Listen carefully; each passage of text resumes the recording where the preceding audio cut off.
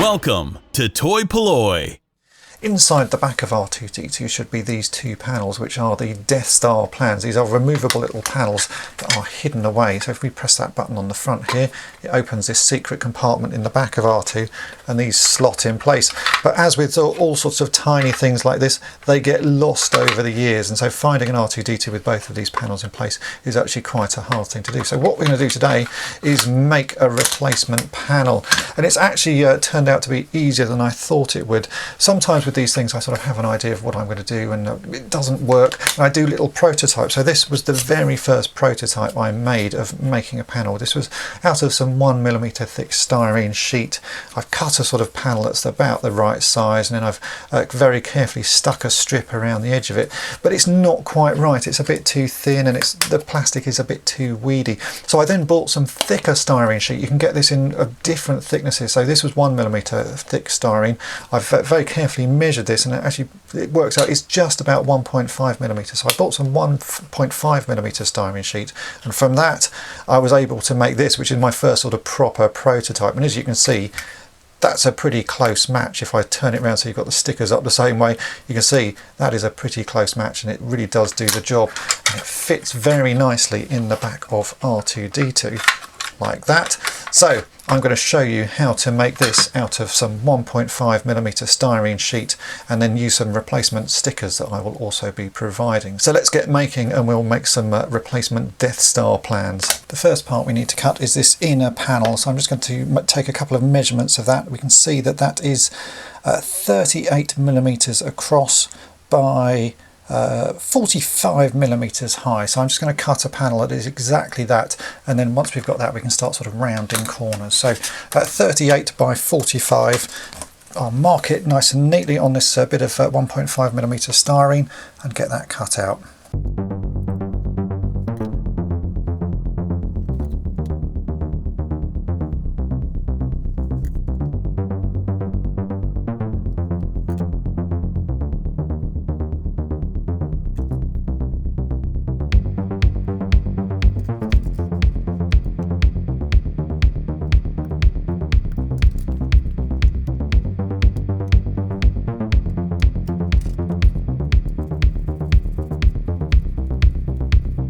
So I now have a panel that's the same size as the inner panel of this Death Star plan, but what we've got to do is round the corners. You can see this original Death Star plan has these sort of nicely rounded corners. So all I'm going to do is I'm going to take a file and gently take off the corners. I don't want to take off too much, but I just want to give them that slight sort of rounded feel. So when we come to put the outer lip on, we sort of continue the look of this. So you can see it really is only going to be about that much I'm going to round it. It doesn't need to be a huge amount, but we need a little bit taken off the corner. So I'll just remove all of the corners of this piece, and then we can start putting on the outer rim.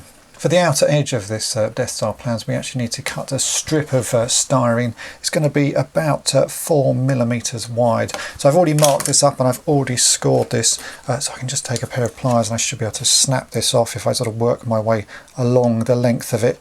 I'm doing one long piece. You could actually do a few little pieces, because we're going to sort of split this into the 4 separate sides and attach it sort of one piece at a time. I just like to do this as one long piece, and then I know that everything should match up. It should all be the same width, the entire length.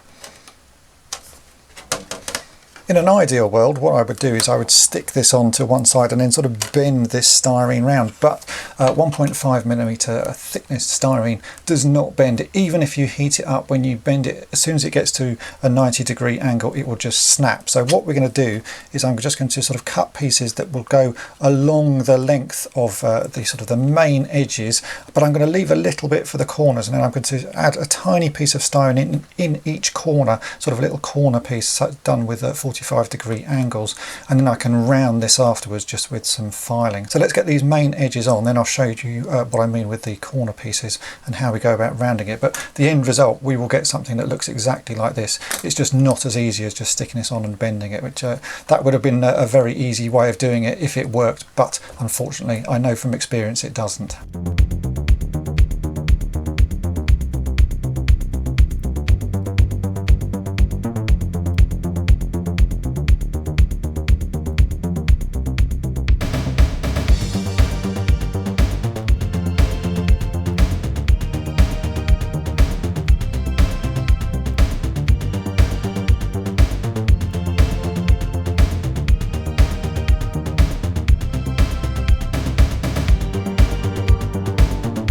I'm now going to attach these sides just using some EMA plastic weld. I've shown this many times before in my recent videos, so if you want to see me doing more sort of construction using styrene and plastic weld, then do check out some of my other projects. But it's a very easy way of doing it, and it is a very quick way of making something. So let's get this put together.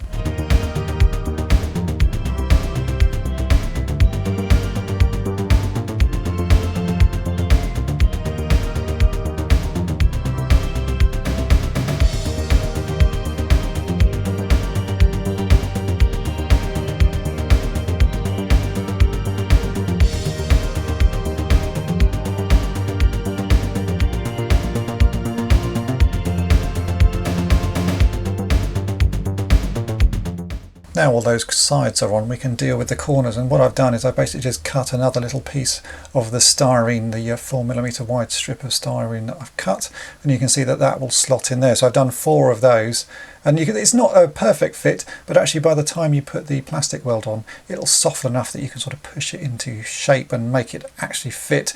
And then once that is all dry, we can sand it down. We'll get some very nice rounded corners. So let's fit all of these corners, we'll let everything dry, and then we can get sanding.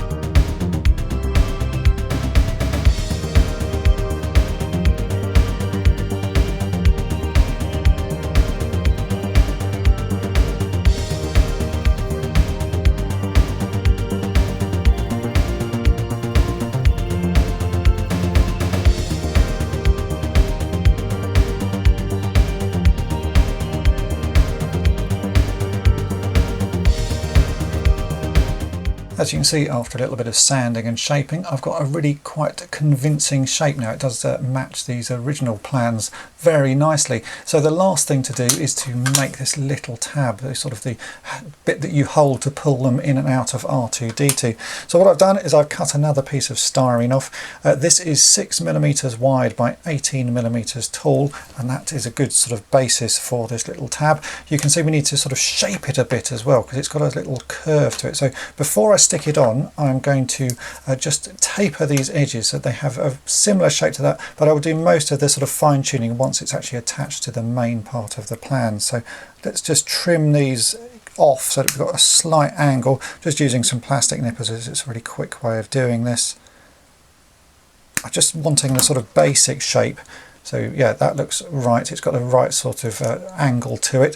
So now I'm going to, again, plastic weld this onto the side. I've marked a midpoint there just with a pencil, so I can exactly line this up. Bit of plastic weld on there. We'll let that set. Then we'll do the final bit of shaping, just using some needle files, just to give that little bit of a curve. So let's get this attached. So again, we get some plastic weld. I'm just going to put a bit on the edge of this just to start getting it a little bit tacky. I can stick this on and line it up, because you want this bit to be quite neat. It'll be obvious if it's in the wrong sort of position. It makes it look a little bit like a briefcase, I guess. It's that sort of thing. It's a little handle on one side. So I'll just put a bit more plastic weld on just to make sure that this is fully attached. We'll let that set and then we'll shape it.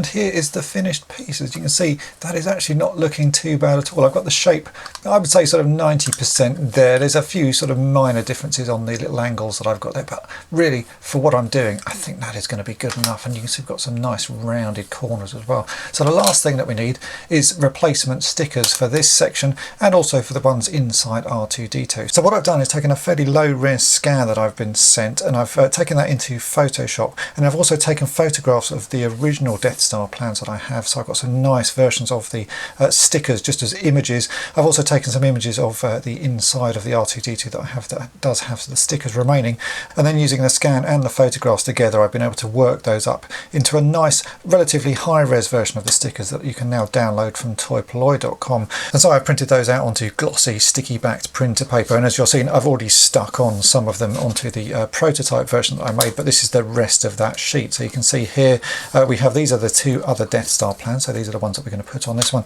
and these are the stickers that go inside of R2-D2. Now I've tried to make them look as much like the vintage ones as possible, so they have the same sort of pattern on them, especially on these ones where I've had to upscale them and sort of do a lot of work on them. But I think the overall effect is very good. They do look a whole lot like these original stickers. If I open up this panel here, so you can see that is the original sticker and that is my replacement.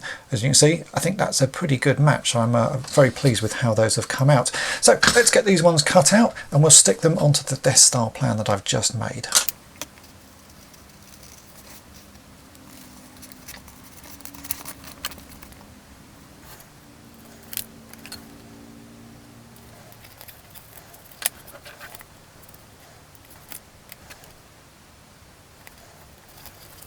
And here are the finished two cars ready to fit back into R2-D2. As you can see, the end result, they do look really quite nice. They're not a perfect match to the original ones. I'll bring in the original one here so you can just take a look, but they are a very close representation of them, and they do fit really very neatly in the back of R2-D2. If I just open up the secret compartment here, you can see I've already stuck in the other missing stickers on this R2-D2, and we can now slot these Death Star plans into the two slots on the back of him, and we'll shut that up.